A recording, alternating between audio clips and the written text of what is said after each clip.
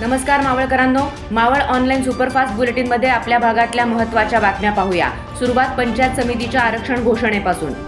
जिल्हाधिकारी जितेंद्र डुडी यांच्या अध्यक्षतेखाली जाहीर झालेल्या आरक्षण सोडतीत मावळ पंचायत समितीचं सभापतीपद नागरिकांचा मागासवर्ग प्रवर्गातील महिलांसाठी राखीव ठरलंय।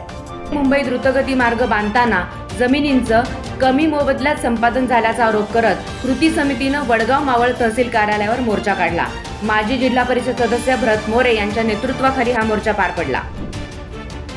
देहरोडजवळ प्राथमिक आरोग्य केंद्राजवळ भरधाव मोटारसायकलनं आई आणि मुलाला जोराची धडक दिली। हा अपघात 8 ऑक्टोबर रोजी घडला असून आरोपी चालक अपघातानंतर पळून गेलाय। मावळ तालुक्यातील वाकसई गावात केवळ पाण्याची मोटार चालू बंद करण्याच्या वादातून 2 भावांनी एका कुटुंबातील दाम्पत्यावर लाकडी काठीनं मारहाण केली। लोणावळा ग्रामीण पोलिसांनी दोघांविरुद्ध गुन्हा दाखल केलाय।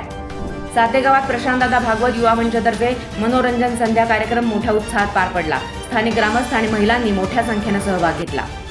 साते वडगाव येथील पिंपरी चिंचवड विद्यापीठात इंडस्ट्री लीडर लेक्चर सिरीज अंतर्गत विद्यार्थ्यांसाठी कॅम्पस टू करिअर या विषयावर मार्गदर्शन सत्र झालं। पंतप्रधान कार्यालयाचे माजी सल्लागार डॉ. प्रसाद प्रधान यांनी विद्यार्थ्यांना औद्योगिक जगतातील अपेक्षा समजावून सांगितल्या।